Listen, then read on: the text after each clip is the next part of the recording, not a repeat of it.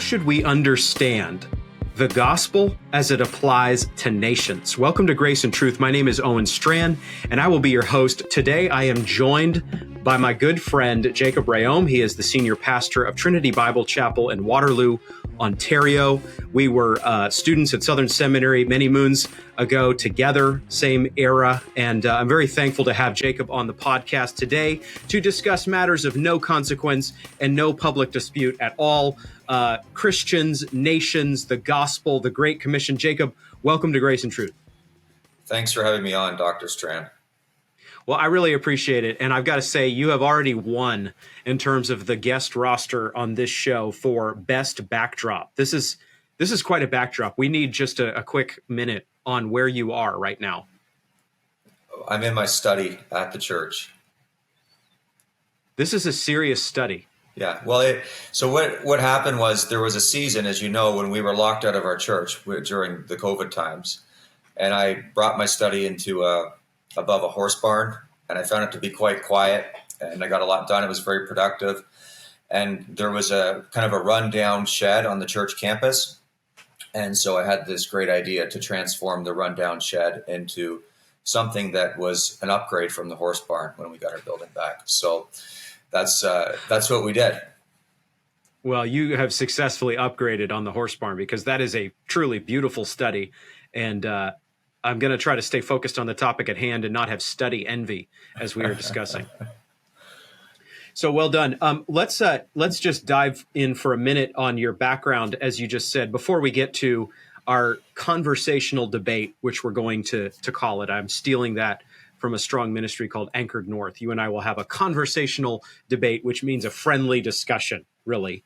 And yet we'll also feel free to work out some matters together on this episode and the next episode of Grace and Truth. But I do want my viewership, massive as it is, globe spanning as it is, to hear about what you went through just a few years ago. There's obviously different versions you can tell about that saga, but just give us a brief sense for viewers who may have heard of you, may know your name, but we'd like more clarity on what you walked through in the last 3 years up there in Eastern Canada, if you could.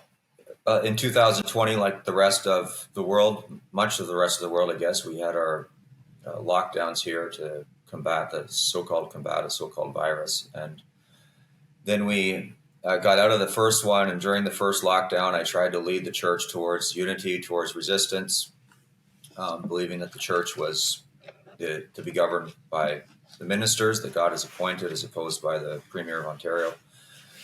That created some turmoil within the church. Eventually, some people left, and as sad as that was, it did create unity. So by the time the second lockdown came around in late 2020, our church began to openly resist the government. And we took, at least in Eastern Canada, we took the brunt of the scorn from the media. And then we got some pretty serious repercussions. We were convicted of contempt of court 2 times. I still have 11 fines hanging over my head. The church still has 6 fines, and each of the elders still has 5 or 6 fines. Also, as a result of our second contempt conviction, we lost our church building. The government stole it from us.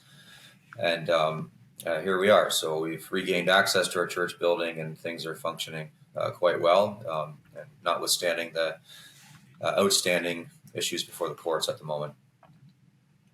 Thank you for catching us up on that. That's painful to hear. I know it's painful far more to experience it. What is the state of things right now for folks who are hearing about this situation and want to pray for you in the church?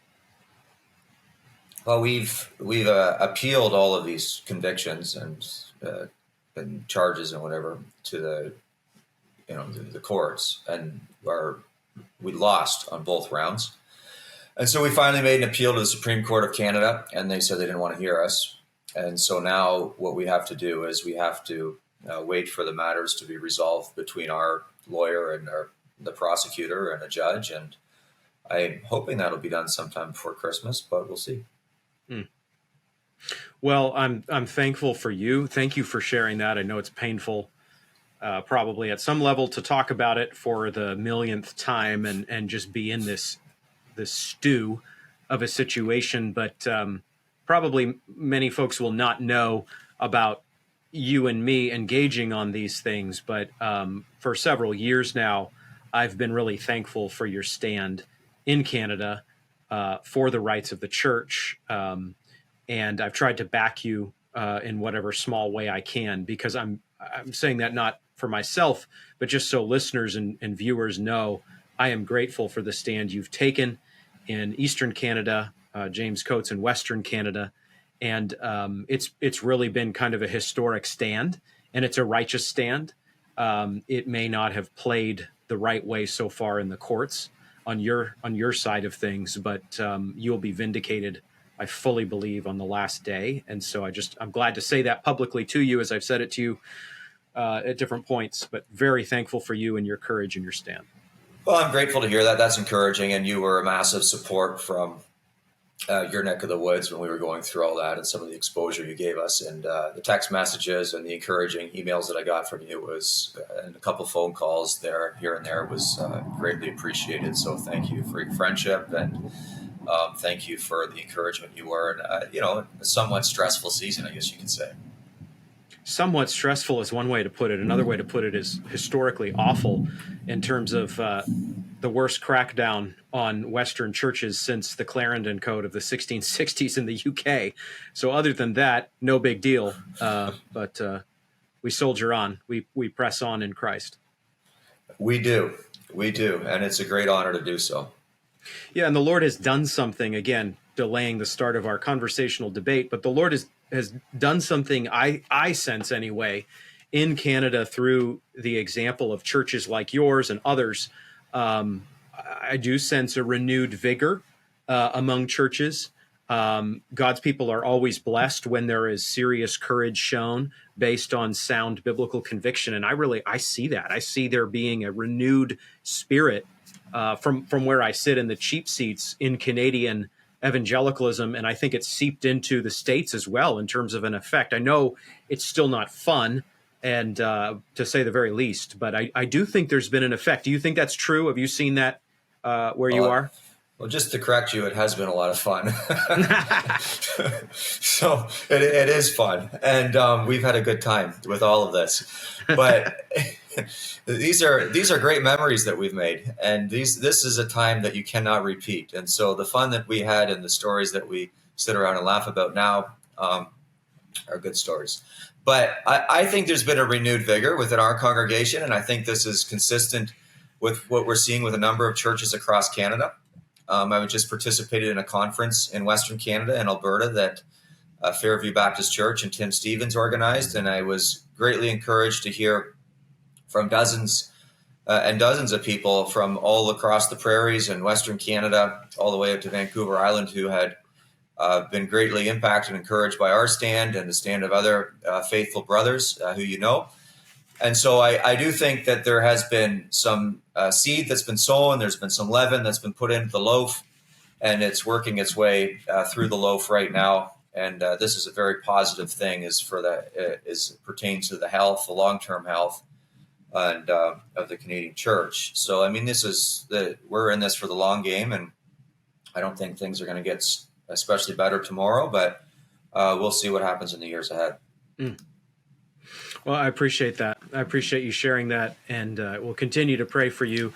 We need to talk now about Christian nationalism. Now, Christian nationalism is actually not a term that you take on yourself for your own program, for your leadership as a senior pastor in Canada. Talk to us about how you see the term Christian nationalism. Are there strengths to it? Are there weaknesses to it? Just at the outset here, give us a sense for where you are with regard to that term. Well, I don't like the term. At least I don't like the term being labeled with the term, I should say. Probably it's a better way to say it, simply because I don't know what it means when people hear it. So it seems to be a term that's muddled and confused, and there's some mystery and fog around it. So until we can get beyond that, I don't really care to go around and wave that flag. I do think the idea of having a nation that identifies as Christian is a good thing. And I think that all human institutions and relationships, the more that identify as Christian, the better. And when I say identify as Christian, I simply mean express a desire to be faithful to our King, King Jesus. And if the nation as a whole collectively desired to do that, that would be great. I think in the past, Canadians have done that. At the turn of the last century, 90% of English Canadians went to a church that preached the gospel. So, but times have changed.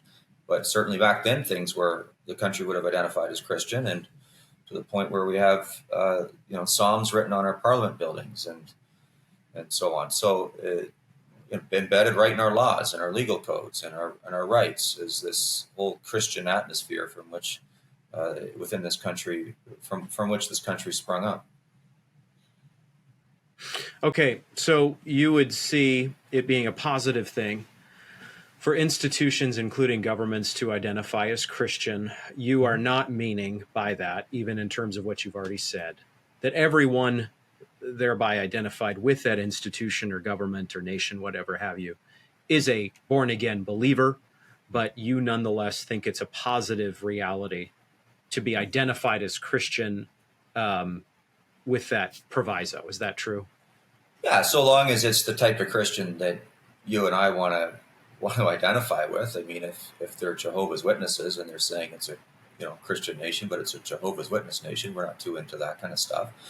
But if it's a historic Protestant, evangelical type of worldview, and this is the worldview that is predominating within the culture at the time, and the nation itself identifies with that, then I think I don't see how that could be dishonoring to God. I think it would be greatly honoring to God, and I think it's simply living in reality. I mean, is Jesus king? Yes, he's king, and if people collectively want to acknowledge that, then wonderful, they should. Tracking with you, listening to you. Now, if somebody were to raise the issue of nominal Christianity, Christianity in name only, that's what that term means, I'd like to hear your response. I'm broadcasting right now in our global headquarters in Conway, Arkansas, where, as you can imagine, there's been a fair bit of Christian influence, and thus still a pretty strong residue of what you could call cultural Christianity, right? But one thing that you will hear regularly observed by pastors who care about the gospel, as you've said several times, our kind of pastor, is that lots of people think they're Christian by virtue of having lived here or being raised in this church or that church.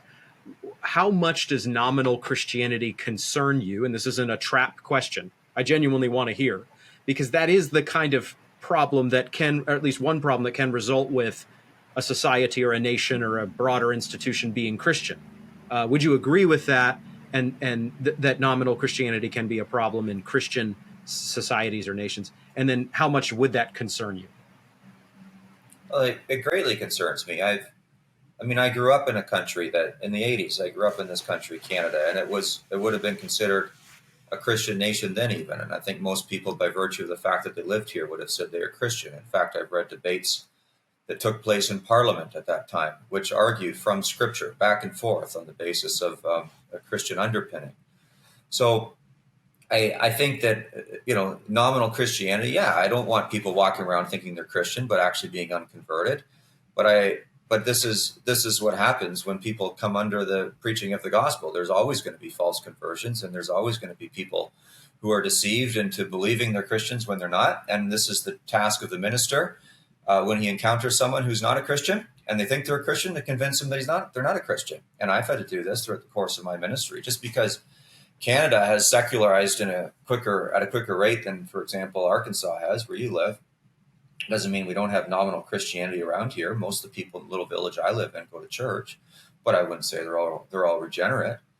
In fact, I question whether they all are. I don't think they all are, and quite a few probably aren't.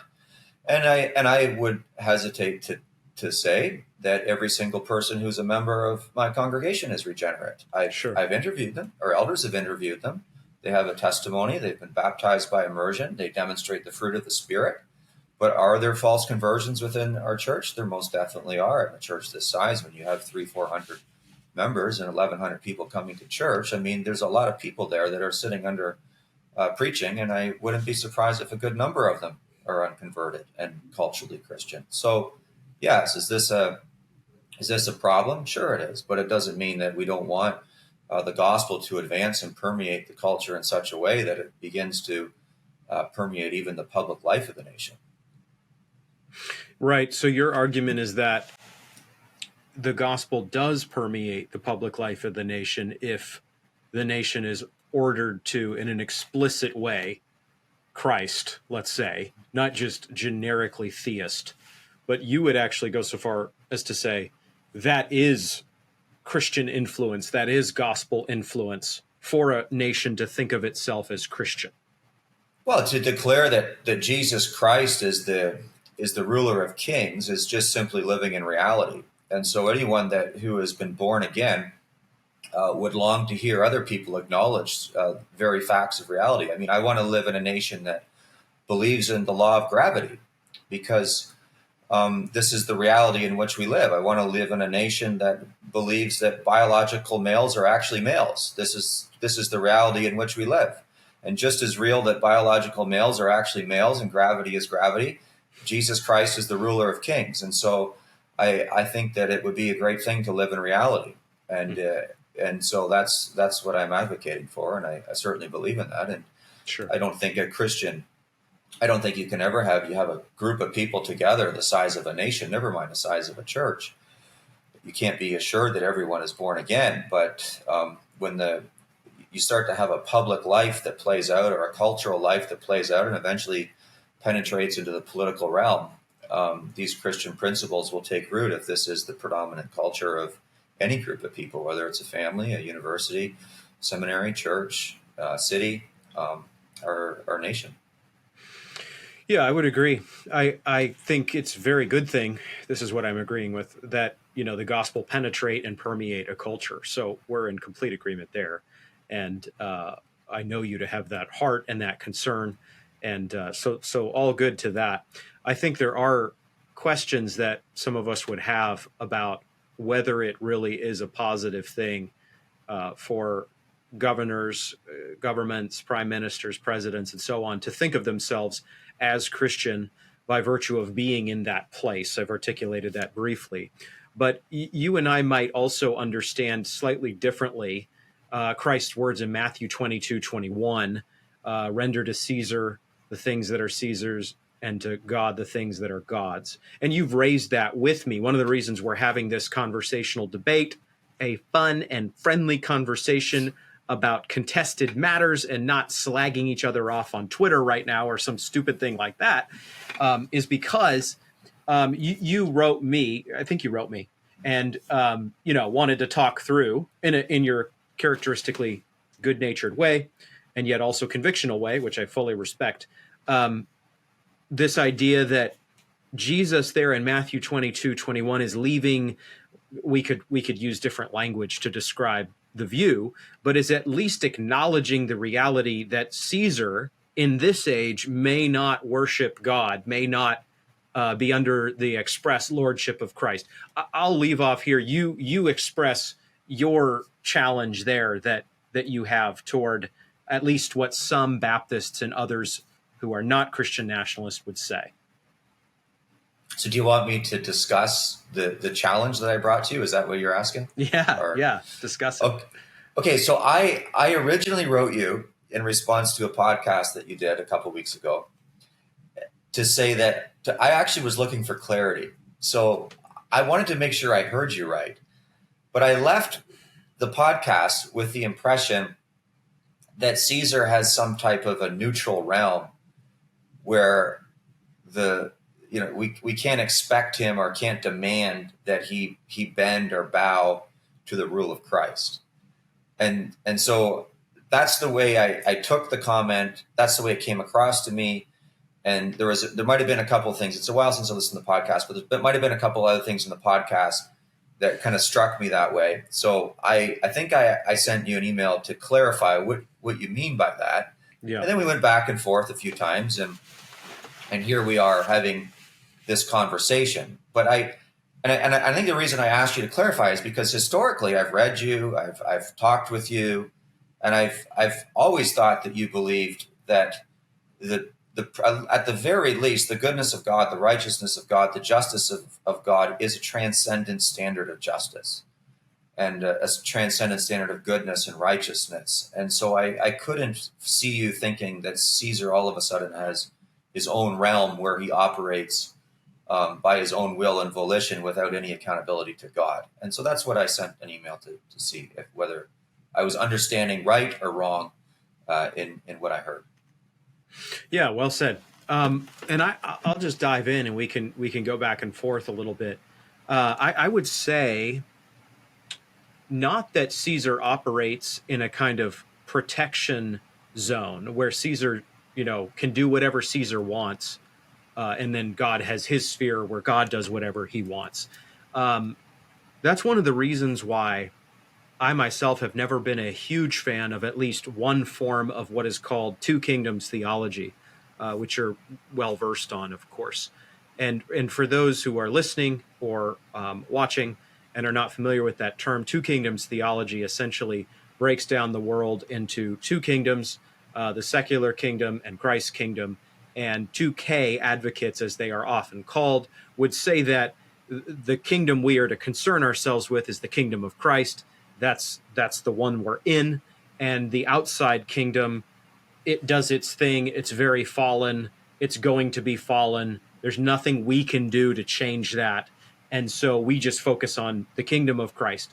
And so I would actually push back myself against a poor reading, I would argue, of Matthew 22:21 and related texts, where we don't concern ourselves with Caesar, and Caesar has impunity to do whatever Caesar wants to do. And of course, Caesar will be held to account in the 2K understanding of things. But in the intervening time, in this age, we're not even really that concerned because we can't make it change. And so we're just left to focus on the work of the local church or whatever sphere we may be in there. But I would say, while there's not a kind of sealed off partition between the church, the things of God, and the things of Caesar's, Jesus does, in that teaching, lay down that there is a nation, there is a ruler, and the people of God are subject to that ruler, even though that ruler is not necessarily Christian, is not necessarily following God. Now, I'm not reading Jesus as giving a blank check to Caesar and telling his disciples, write whatever Caesar tells you to write. That's not accurate, I don't think, in terms of exegesis. But I do think taxation, basic duties as a citizen, being subject to Caesar in normal terms, I think that's probably at least some of what Christ envisions there in terms of his people living in this fallen world. I haven't even yet gotten to whether we evangelize Caesar or not, but do you think what I have just laid out is sound in terms of interpretation, or would you push back against it? Well, I definitely think that we're called to honor Caesar or the emperor or the head of state or our elected representatives or our judges in a way that you can demonstrate even if they're not Christians. So I do think that is something that we're supposed to do. If you're asking me that, and I think that's one of the things that you're trying to lay out, because there is a concern that there's almost this raucousness and incendiary attitude towards governing officials that really is unbecoming of Christians. However, I do think that in Jesus saying, render unto God the things that are God's and unto Caesar the things that are Caesar, there's more going on than just saying there's this radical division between two realms. And so what in this universe, like just to frame what I'm saying rhetorically, what in this universe does not belong to Christ? The earth is the Lord's and the fullness thereof. Mm. And so that's a claim that's in the Old Testament as well as in the New Testament. And so that means that even Caesar belongs to Jesus Christ. And he would be right to acknowledge that. And his throne does, and his empire does. So I think in Jesus in Jesus making that statement, because they're trying to trap him, right? Like, Yeah. or should we pay tax? Should we not pay tax? And Israel's under occupation. So who are you loyal to, Jesus? Are you loyal to Israel? Are you loyal to Caesar?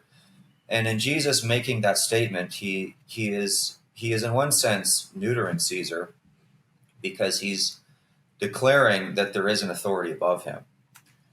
You're living in a totalitarian state under a governor or an emperor who claims and is perceived to have godlike qualities, universal jurisdiction, and with his thumb up or thumb down, he can have you executed. And he can take nations just because he wants to. He's Caesar, after all. And in their pockets, they have little coins on them that have rank idolatry on them, proclaiming the lordship and universal reign of Caesar and seated in the heavenlies. And so I think in Jesus saying that, he's putting back, just as much as he's showing the Pharisees that they really need to knock it off, and he's silencing them, silencing the religious leaders. He's also declaring his own sovereignty over Caesar. He has a role, but his role is defined by God, and he must submit to God as he executes God's definition of his role. And I think in Jesus proclaiming that, that's one of the things that's coming out of that statement. Yeah, I like that. I like what you say, and I don't know that I find a lot to disagree with in that. I certainly agree that Jesus is reframing the whole deck, right? He's reshuffling it, and God is on top, and Caesar is not. And that's a massive thing for Jesus to say, as you've been pushing at. I guess the only thread there that I would pull a little bit and wonder about is whether Jesus is here indicating that Caesar can only rule if Caesar bows the knee to God, so to speak. I think in ideal terms, we do want Caesar, whoever the Caesar is, okay, not just the emperor of Rome, right, in the first century, but extending that broader. We want our national leaders at all different levels to come to Christian faith. So I'm wanting that right now. 1 Timothy 2, 1-5 summons us to pray, for example, for rulers and those in authority and power, that we may lead quiet lives. So I want that too. I want rulers to come to faith. I think it's right for Christians to seek evangelistic opportunities to challenge their rulers to come to Christian faith by the grace of God.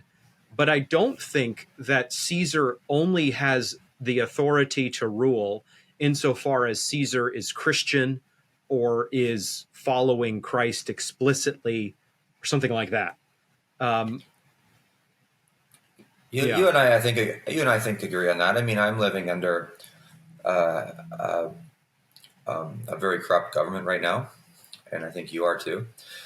And much of the Western world is at this particular. I think much of the world is at this particular point in time, and a government that really, in many senses, is apostate and is not Christian at all, and is an antichrist and manifesting characteristics of antichrist at the moment. But yet, I would rather live under this government and function as best as I can as an honorable citizen than live under no government and have anarchy.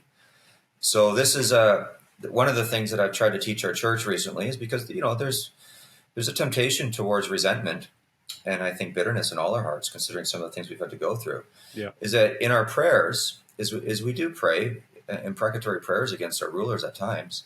We should also be thanking God for the rulers, even though they be corrupt and even though they be imperfect. We are better off with them than without them. Yeah, I agree with that.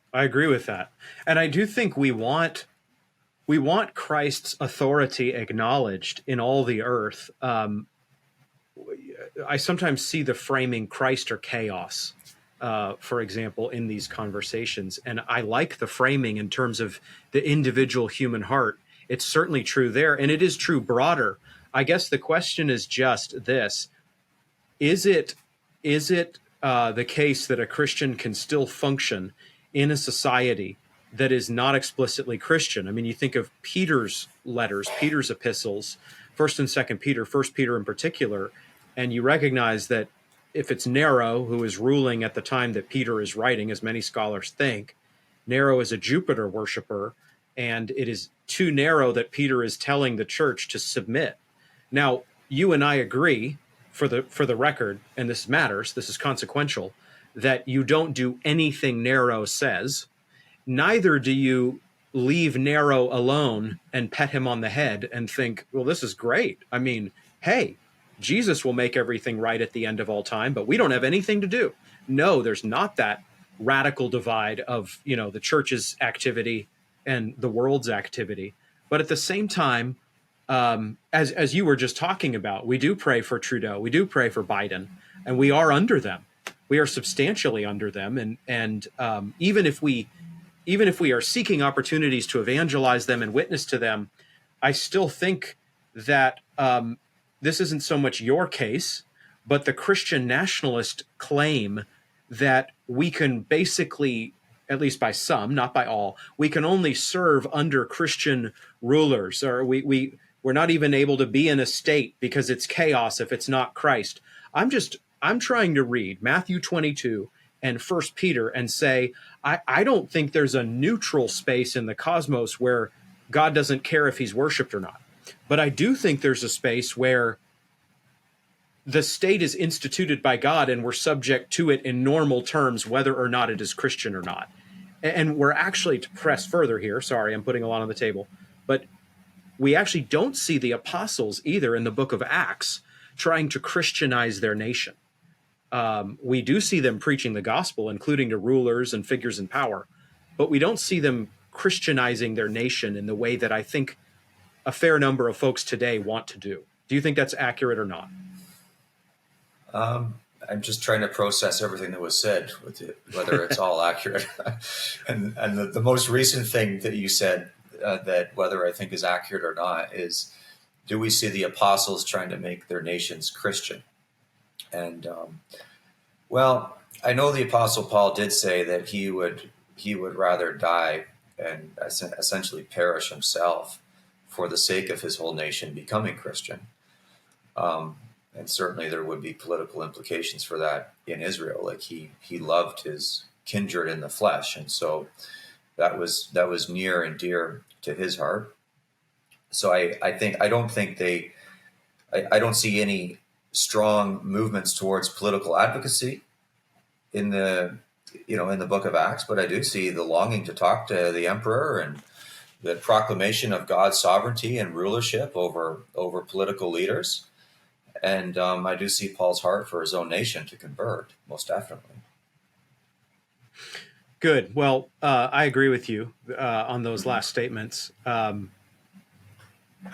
This is an interesting discussion because this is why these discussions need to happen, because as you have them, you find that there's a fair bit. You hear the other guy talking and you think that's sound. So I appreciate you doing this. We're going to leave off for this episode and move into our second episode. Thank you, everybody, for watching this first part of this truly global conversational debate with me and Jacob Reaume, my dear friend, faithful pastor in Canada. And I do ask you at the end of this podcast to like and subscribe to it on all the platforms, download episodes with impunity. We will be back with part 2 tomorrow. So thank you very much for following Grace and Truth, and may that banner, Grace and Truth, be the pursuit of your life.